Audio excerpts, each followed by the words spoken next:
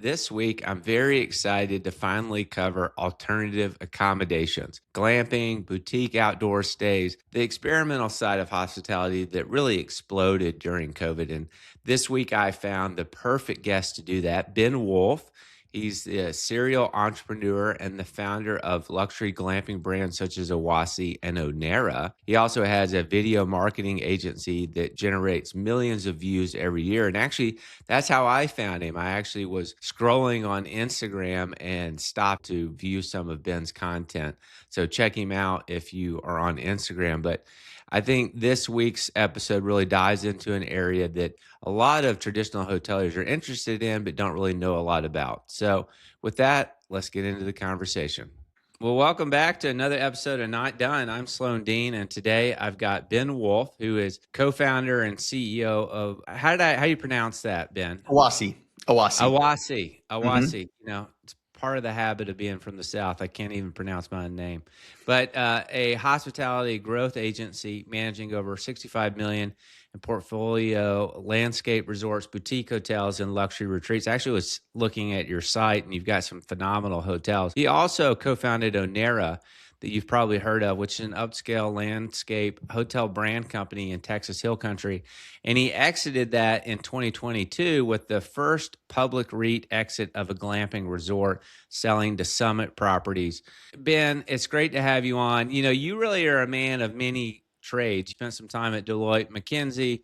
You then went on to be in short-term rentals. You then went and developed the Onera brand. You now have a digital agency that I just butchered the name of. You've got your hands in a lot of things. And I actually found you through your newsletter. I think for anybody listening in, check it out. It's called Unique Stay Blueprint. And you're very active on Instagram. First things first, you've done a lot of things. How do you juggle it all? Look, since I've been a very young child, boredom has been my kryptonite. So I can't get bored. I think that's part of being an entrepreneur.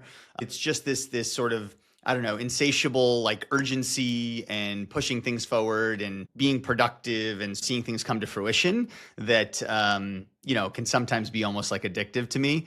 Yeah, it served me well as an entrepreneur. And I think the real question is like, how do you do all these things well, or not well potentially? So it's about partners, right? It's about team and partners. I mean, that's the only way. As an operator and a former CEO, and I guess entrepreneur now, it's all about the people that you're surrounding yourself with. And so I have an incredible co-founder in Awasi, the content marketing and revenue management firm, who's really product, right? He was a revenue manager by trade, really a mathematician, which is surprisingly rare in the revenue manager world. So had that background, had been doing revenue management for 15, 20 years in hotels and STRs, and then basically saw the power of social media through what I was doing with Onera on a very small scale, just working with influencers. And he was like, I think Instagram is going to be the next major distribution for lifestyle experiential hotels. And like, we need to crack this. And we couldn't find an agency that could crack it for us. So we built one. He was sort of really the brains behind that. And Onera was kind of the initial guinea pig. And we did really well and expanded from there, started having other properties ask us to manage their social and marketing and revenue management. Yeah, it's amazing partners. And we've hired incredible videographers and editors and copywriters and creative associates. So I can focus on vision, product, biz dev, relationships, sort of communicating the message, all of those things. And on the development side, I have an incredible GC and who's really become a co-development partner. So he's a true partner in Baya, my next landscape hotel brand after Onera. And he built Onera Wimberley and phase 2 Onera Fredericksburg, our two most recent builds, like entitlements, development, construction means and methods, value engineering, coming in on time and on budget, right? Like he is an absolute whiz. I call him a construction savant because he built his first house at 16. So it's really these folks that I work with that make this possible. Yeah, I used to say to people when we were trying to recruit new talent to Remington that exceptional people attract exceptional people. You become friends with them. You want to partner with them. You're almost magnets to one another. If I rewind the tape, you came out of management consulting. You went to NYU Stern. They have a great hospitality school. But then take us back to 2014. You start subleasing apartments on Airbnb. What made you go that route and realize that was maybe the better bet than having a big corporate job? So I got started actually very early, earlier than that. My first company was lifestyle and events, so Okay. promotions and putting on events. I worked with a bunch of the top nightclubs in New York City, in St. Louis when I was in college there originally. So I've kind of had the itch and the bug since I So you've was always had a little bit of a side hustle. always. I mean, literally since I was a senior in high school, I feel like from there and into college, I've always been working on something.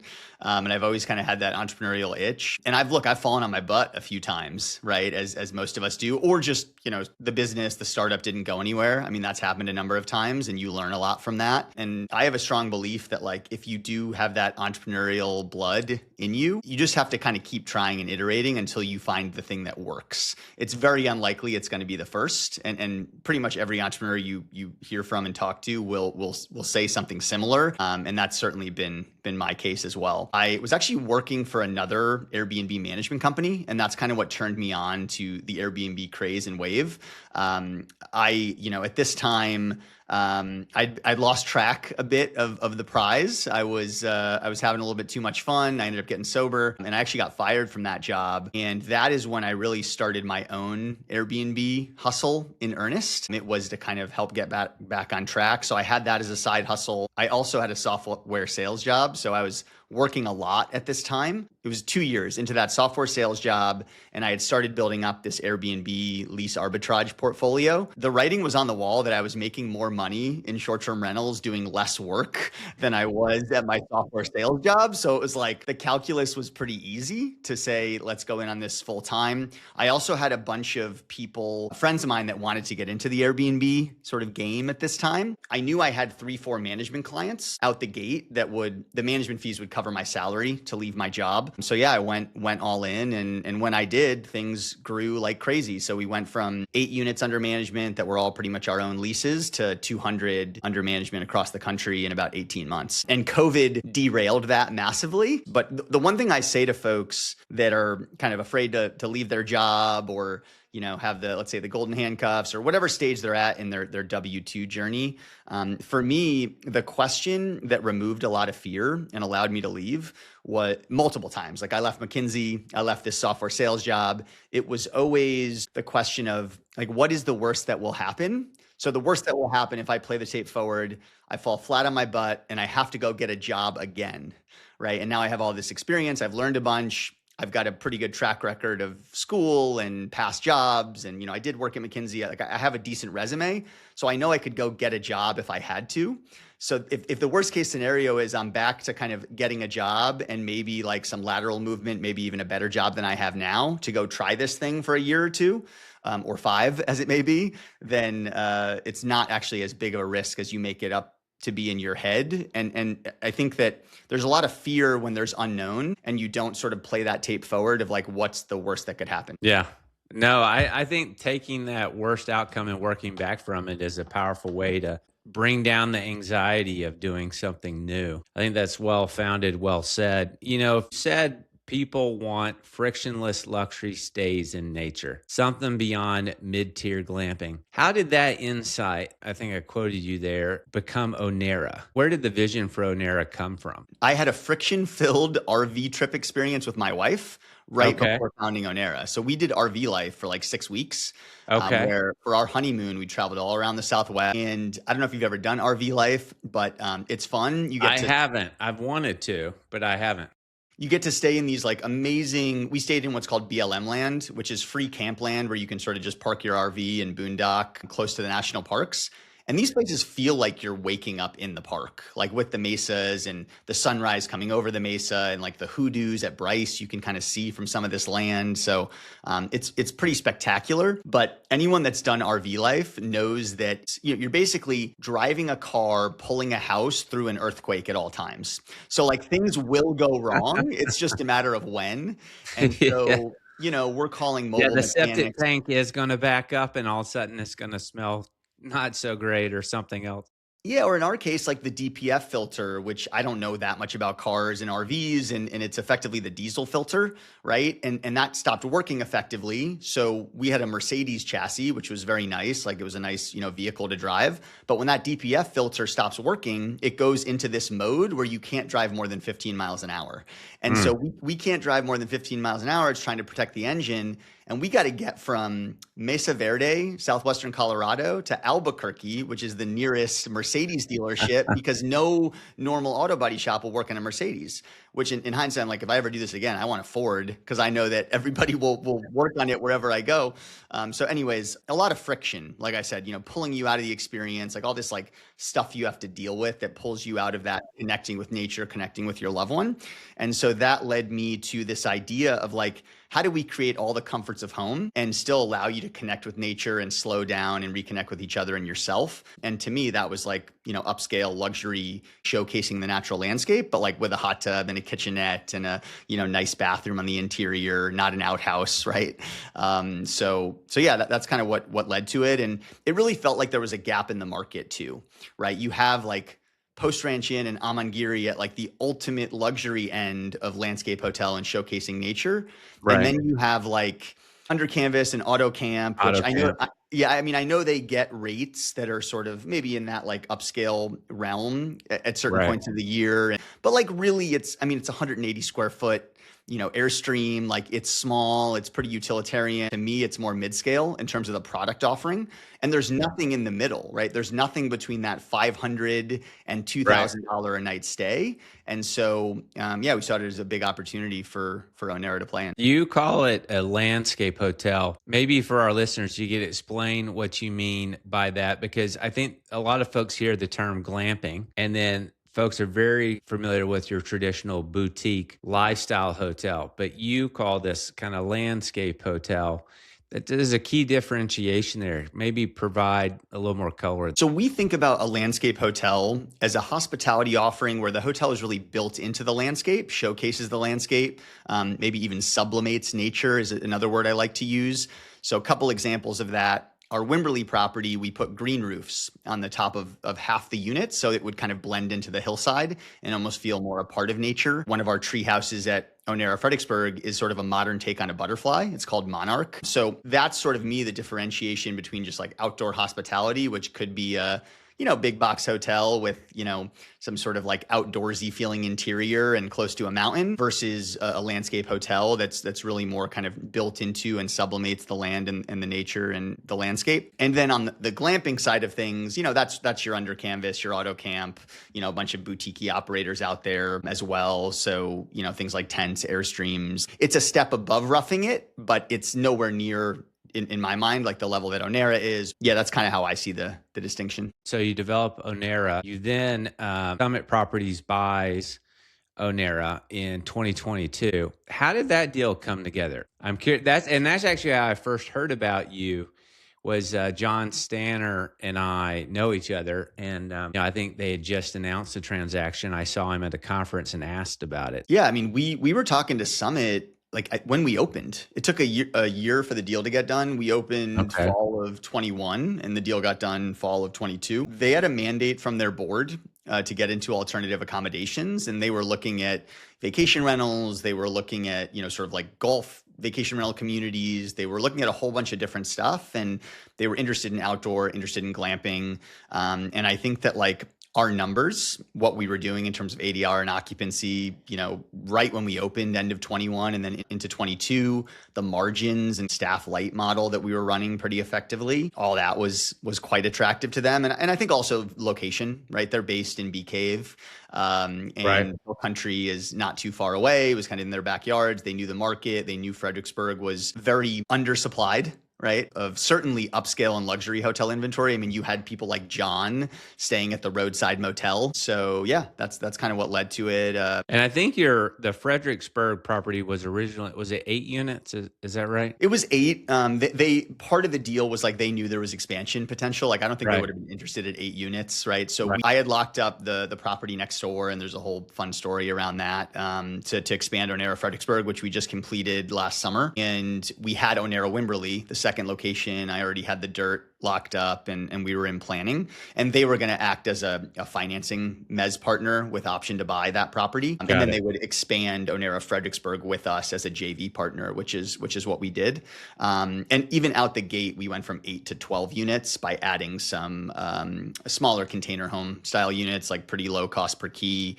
Frankly, not my favorite unit types. Like they do okay. The RevPAR is anywhere from like a third to a quarter of what our nicer units are. So to me, the math indicates like do the nicer better stays, but it did get our cost per key down a little bit and add some more inventory out the gate. Now you fast forward and Onera's got over 50 keys now in Hill Country. As you think about Onera, what happens with that brand? How big do you think that a brand like that can become? There's a prospective site in Zion that's being worked on right now. I'm not as focused on expanding Onera. Like I still operate and run the marketing and all the day-to-day. I oversee all that for the Hill Country. I'm based in South Austin, and we have a team that runs all that for Fredericksburg and Wimberley. But my main focus is actually on Bahia, which is my new landscape hotel nature immersive brand. It's a bit more amenitized. There's more like pillars, I would say, to the Bahia brand than Onera. So Onera was nature immersive, outdoor hospitality, but Bahia brings in farm hospitality and agri-tourism. So there's a, growing farm to table livestock, some sort of agriculture component. Farm hospitality is blowing up. The modern traveler loves it, and I think that's going to continue. And then the final piece is health and wellness, which we have some health and wellness with Onera, but it's saunas, hot tubs, pools, things like that. We have some massage contractors we work with that come in and will do in-room massage. The health and wellness offering at Bahia will be much more robust, from multiple types of saunas, cold plunges, more services, classes, fitness centers, just a much wider variety of programming on that front. It almost feels like Tulum meets Redland. Is that a fair comparison, or help us visualize? Because I think a lot of people listening in don't even know what agritourism is. Does that mean I go work on a farm for the day? So Bahia location 1 is in Miami-Dade County. It's 45 minutes from Miami, in Redland, which is this exotic fruit and plant agritourism hub, and an agriculture hub. Like they supply plants to 5-star resorts in the Bahamas, right? That's how big of a hub that this is for exotic plants and tropical fruit. And the property that we are building on is a 25-acre exotic fruit farm. So the farm came first. We are taking 5 acres of that farm and turning it into this more permaculture forest, more of that jungle vibe that you're seeing in the renderings that'll evoke that Bali, Costa Rica, maybe Tulum type vibe, with these separate bungalows, organic in shape, that are kind of tucked into that jungle or fruit permaculture forest. We'll have a farm to table cafe and juicery with multiple wellness facilities, a gym, and then some of the units will actually have their own private grottos as well. I think it's going to create a one-of-a-kind experience, not only in Florida, because in Florida you typically have beach resorts, more urban stuff, and then like Disney, right? I mean, that's kind of like what you have in Florida. We're creating much more of this like outdoor experiential product, which doesn't exist in Florida today. And frankly, we believe we're the first tropical landscape resort in the continental US. I mean, you might have some stuff in Hawaii that is right closer to this, but nothing else in the US. As you think about building that, is it a one-off, or do you think this is a repeatable concept that you can take to other regions of the U.S.? So 2026 is all about building out the roadmap, and we think we have location 2 just outside of Asheville. It actually is 300 acres that abuts and is connected to the Pisgah National Forest, which is 500,000 acres. So really compelling from like site selection. It's got beautiful waterfalls and amazing views along ridge lines, and we can grow fruit trees and run livestock and have apiaries for on-site honey and things like that. Of course, the agriculture needs to be different. You can't grow exotic fruit in that Asheville region. The agriculture, we want to be very connected to the place of where that biolocation is, because we don't want to get pigeonholed into this like tropical only type brand. Right. So the goal is to have the South Florida one, which is tropical, have this one in the mountains. We're looking at some in the Northeast. We're looking at some in the Southwest, even on the West Coast. The goal is to have a 7+ location roadmap for the next 5 years that we'll lock down in 2026. I get a ton of inbound from properties that are interested in partnering with us. We have a unique model that's allowed us to sort of grow this roadmap pretty quickly.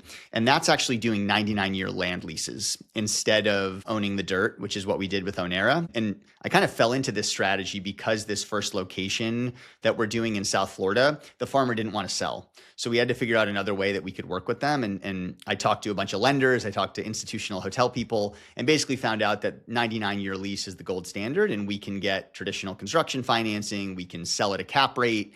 So a lot of the benefits of owning come when you hit that that 99-year threshold. And we're able to structure it percentage of revenue. So it's a variable cost incentive aligned with the farmer. In our case, with this South Florida property, we're going to triple or quadruple the farmer's current income with this land lease structure. That's what we're projecting. But our carrying cost for the land is still going to be a third of what it would be to buy and finance and purchase the property. And frankly, if we had to buy it, the project wouldn't pencil. Like we couldn't do this 20-unit boutique property on a $6 million farm in Miami-Dade County. Too much fixed cost up front. Yeah. Just way too high of a land cost.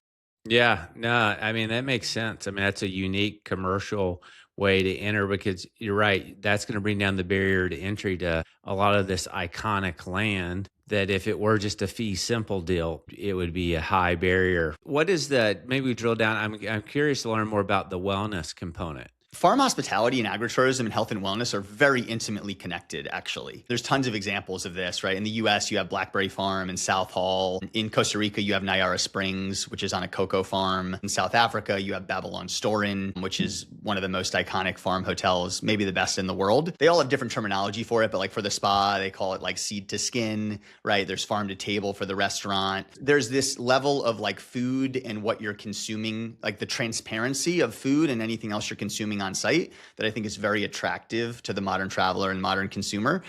Just with all the concerns around big food and sort of toxins and all the rest, like there's real transparency. You can see the farmer, you can see the plant, you can see exactly how it's getting created and landing on your plate. And so I think there's a huge component of health and wellness there. Outside of that, sleep wellness is a big thing that we're going to be leaning into. I mean, sleep is the foundation of health and wellness. We're likely partnering with a company called Bright Beds that has this AI bed technology that essentially like it responds to pressure points that it's feeling in your body and sort of modifies the mattress to have this like world-class one-of-a-kind sleep. And it also has technology that will create micro movements to help almost rock you to sleep, as well as to help wake you up in the morning and get you into lighter sleep stage when it's time to wake up. So yeah, things like that we are incorporating into the rooms. Likely Jasper air filters, some of the top level air filtration and air quality that you can get. And then, we'll have sauna, cold plunge, probably infrared and dry. We're shooting to have both. In the infrared, there'll be red light therapy, chromotherapy, halotherapy, which is salt infused steam that helps with sinuses. Being a wellness enthusiast too, I'm curious, when you go this deep on wellness, are you going to have alcohol on the property, or will that be counter to what you're doing, or is it optional? I'm always curious with these wellness resorts, if like, do they offer that as an option or not? We do plan to have a beer and wine license. That is the plan at this point. But yeah, I mean, look, I'm 10 years sober. I fully agree with sort of the fact that any alcohol probably is not great for you beyond just kind of the social benefit and, maybe stress reduction benefits. But I think that's counteracted by more harm than good. So I think it will be something that will probably evolve and be location dependent, especially if some of our agri-tourism BIA components have vineyards, then, of course we'll have wine. But yeah, minimal alcohol. I think the food and the nutrition will be a strong base along with the sleep for providing amazing health and wellness. Well, if you ever need a former CEO wellness enthusiast to be a secret shopper, feel free to call me once it's open. Appreciate that. I've been getting some of those opportunities recently through, you'd mentioned my Instagram. So I've been like highlighting a lot of these top properties in the world. Right. And so I've gotten to go to some of these places which is amazing. Like, so we maybe talk about some of this later, but just went to Shaw, Mexico. They were rated the top wellness clinic and wellness resort in the world. They started in Spain. I think it was close 20 plus years ago. They started. How do you spell it? SHA. Okay, so just SHA. Okay. Yep. And they opened their second location in 24 in Mexico. It's just north of Cancun in Costa Mujeres, on a beautiful sort of bio reserve area that it's in, with a ton of mangrove trees and beautiful, beautiful setting, crystal clear water, white sand beach, right? And you have this amazing, beautiful resort.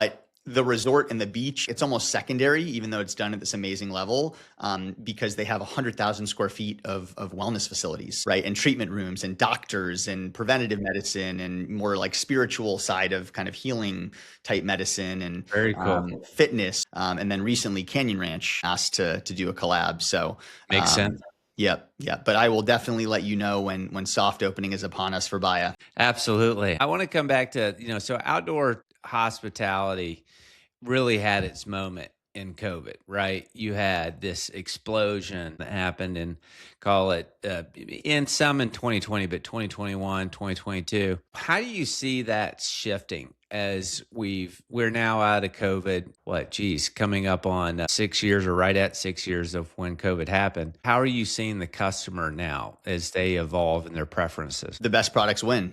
I mean, as is typically the case, right? So during COVID, anyone with a tent could make some money and do pretty well, right? The bar was very low. The bar has Right. gotten higher. And really the best brands, those that have a very unique brand positioning and story and are good at content. So they're good at generating their own demand, which we can talk about in relation to my agency and what we do. But hotels in general are pretty poor at creating their own demand. And I think there's a lot of opportunity there. Like they're very much victims of or benefactors of the market, right? How's the market performing? What is like the demand Right. that's out there and how do you capture that? What's the Yep. conference that's coming to town? But like, can you actually generate your own demand natively, net new demand? And I think that the outdoor hospitality products that are able to do that successfully are still doing very well. And those that were more just based on the market factors and just capturing what was existing, I think they're struggling relative to 22.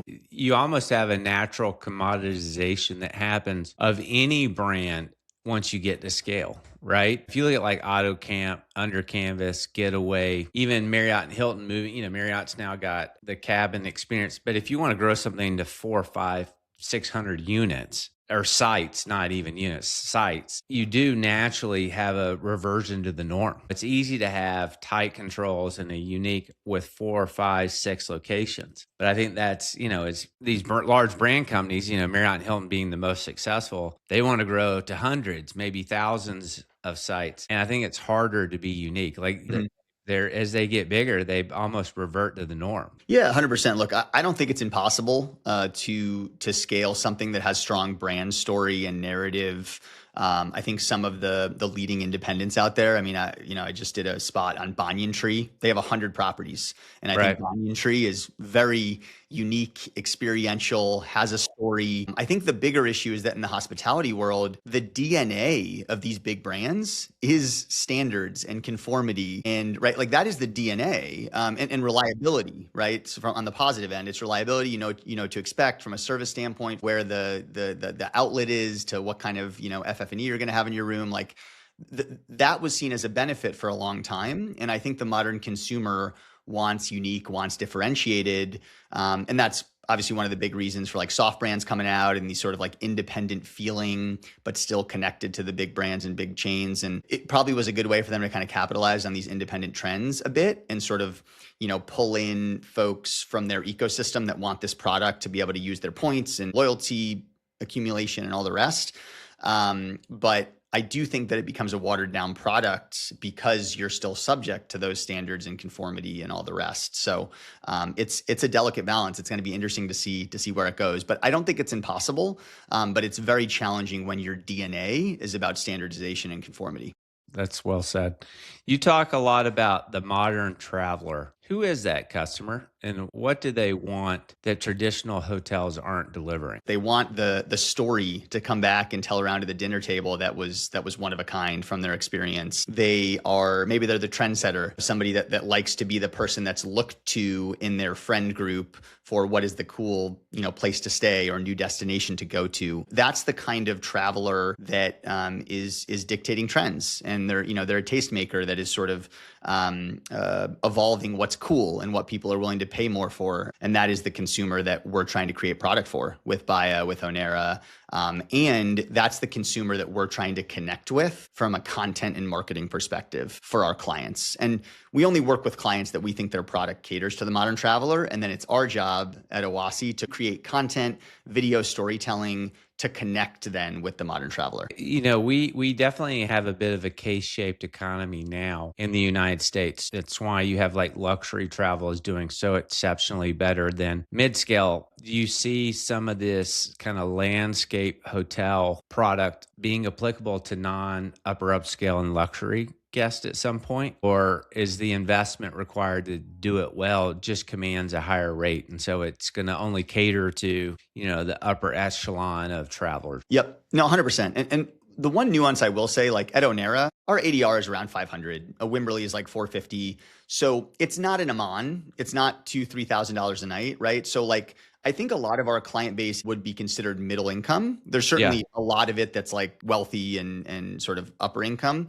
But there is some that's middle income and it's just a splurge for them, right? Like they're doing that cool, unique trip that's a bigger piece of their overall travel budget for the year because they value that experience and they want to spend money on that. And I think you're seeing that increasingly with like millennial and even more with Gen Z, and I'm sure it'll probably be even more with Gen Alpha, where they're willing to spend what would previously considered to be out of their budget, they're willing to spend on that and maybe just take less trips. So I do think that's a nuance that is changing. And I also think there is opportunity in farm stays and landscape hotels for more of like a mid-scale product. It will come down to how can you be as efficient as possible with probably modular manufacturing is how I see it coming out. We're actually thinking about doing something in this space that's more mid-scale, maybe a sister brand to Baya, who knows, we'll see. But, it would have a farm garden component. It would not be as robust from an amenity offering. It would be Right. pretty staff light. The mod would be cool, but it wouldn't be,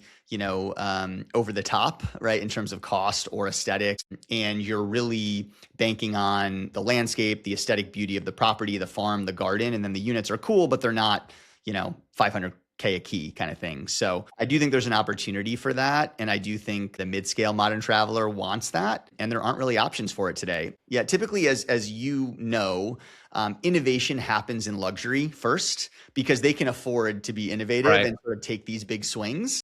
But Right. I do think that the luxury farm hospitality and like luxury landscape hotels that we're seeing, I do think we're going to see that trickle down to a mid-scale product that's hopefully done well.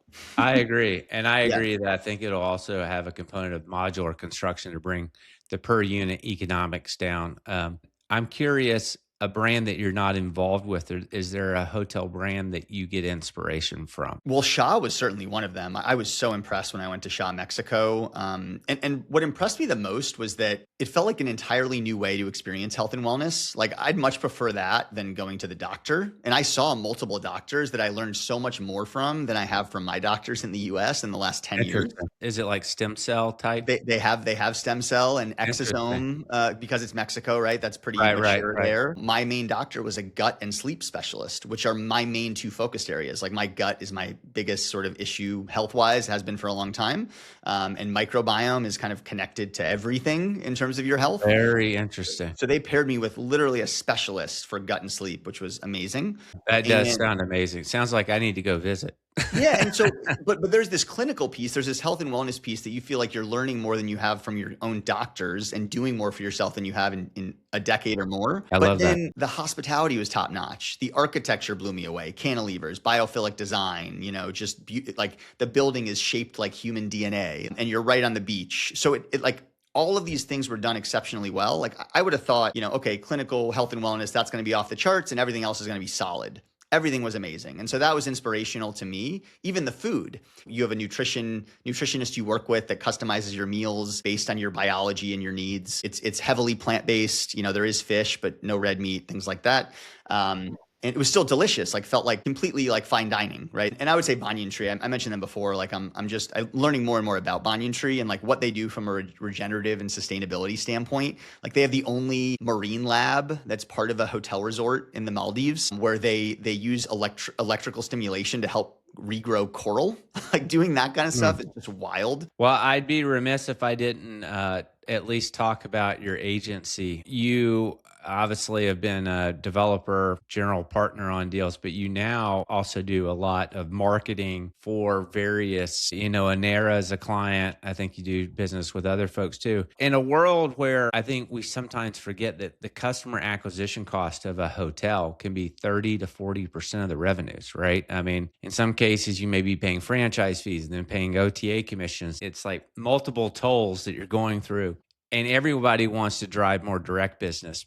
Tell us about like the agency and what differentiates you guys. I've watched some of your content out there. You get millions of views. So obviously it's landing with people. Yeah. So at Owasi, our focus is on net new demand. So generating demand for your property that does not already exist in the market and then converting that into pricing power, right? You have more demand, you get more pricing power. And then with sophisticated revenue management, you can capture more of the value from that pricing power. So it's like generate demand, rates reflect that, capture more of the value is really the playbook and what we do. And so our specialty is content and social media and digital marketing that drives more net new demand that translates into pricing power. And then sophisticated revenue management is our other arm that is very powerful. And when paired together, really creates these exceptional results. I think that like what you were describing about how expensive customer acquisition can be in the hotel world, I mean, that's because they're all competing for the same people, right? They're not creating new demand. They're just competing for what demand already exists and trying to capture more of it. And by the way, they're also trying to attract this customer that everybody's trying to attract. And it can be a race to the bottom because the OTA is incentivized to give the guest the best price, all the rest. You're in this sort of like perfect information situation. So a guest goes to an OTA and they're value shopping, right? Like they're price shopping. They're using that part of their brain that's like, how do I get the most value for my money? If a guest sees our reel on Instagram that blows them away with the property experience and the video storytelling, they're going directly to the website. They want to stay at that property and have that experience. They're not value shopping for the best place to stay in New Orleans. Right. So it's a different guest, and we That's find a really critical difference in mindset. I think that's a really key distinction that you just made because you're right. The OTAs are just feeding up a lot of inventory and it's a race to the bottom on price in a lot of cases, right? Versus you're inspiring a consumer to think about the booking. And all of a sudden, if they say, oh, they might still get sticker shock, right? Oh, wow, it's $800, but I really want to stay in that cabin. And they're willing to do that. Really the core of what we do, we call cinematic video storytelling. Okay, so it is, and you can see it. Azulik is a great client of ours. Really looks like an art sculpture more than a hotel in Tulum. Yeah, it's in Tulum. Yeah, very cool property. So if you look at their feed and their Reels tab, that's just our agency creating the content. And we have really great videographers in-house that have these sophisticated gimbal movements that create this footage that's very immersive, compelling, makes you feel like you're actually there. And we have models that we've worked with time and time again that are really great at making you feel like you could be in their shoes and sort of you're experiencing it with them. It's quick clips, just a couple second clips tied to beautiful audio, on-screen text that showcases the full breadth of what you have to offer as a hotel. It's not this what you see so much with like other agencies out there and like hotels that manage their own pages. They have this beautiful footage, but it's too slow. It doesn't have any on-screen text, so I have no idea what I'm looking at or where it is as a consumer that's consuming this content. Like, if you want me to watch your video and potentially engage with it and book, like I have to know what it is when I see it pop up in my Reels tab, right? When I see it pop up on my feed in the Explore page, something like that. I have to know what it is.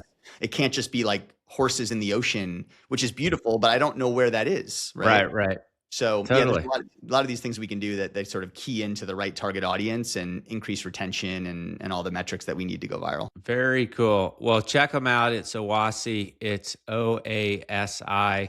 And by the way, the client that he referenced, you want to check that out. It's spelled Azulik, and that hotel is in Tulum. Well, Ben, we've come to the part of the show where I like to close this out with a little bit of rapid fire. No right, wrong answers here. Just a little fun to learn from you and close this out here. So, best hotel or most unique stay experience you've ever had as a guest, but you can't name one of the properties you're involved with.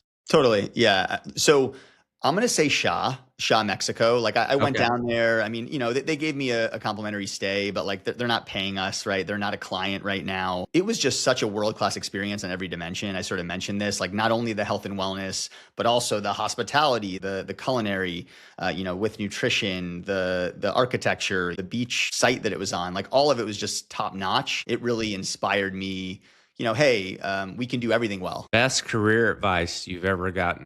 I would say, so I think it's that idea. I wouldn't necessarily say that it was advice, but it was that idea that I talked about before of like, what's the worst that's going to happen to take this risk that could change my life? So it's, if I play the tape forward and I think about the worst that could happen, which is, I have to go get another job, then that allows me to take that risk and really try and start something and create, longstanding value. So it was that thought and shift that was big for me. How about biggest mistake you've made as a founder? So I think early in my career, I was a bit cheap when it came to talent and trying to create leverage. And a lot of what I did, I think, was like more of a hustle than being a true operator that could scale and create sustaining value. And I learned over time, great people are expensive in equity, in compensation, but if you hire the right ones and partner with the right ones, they're force multipliers, right? They're 100x, 1000x, even, Right. beyond paying them a lot. So I think shifting from how cheap can I get this and sort of how much leverage can I create for cheap,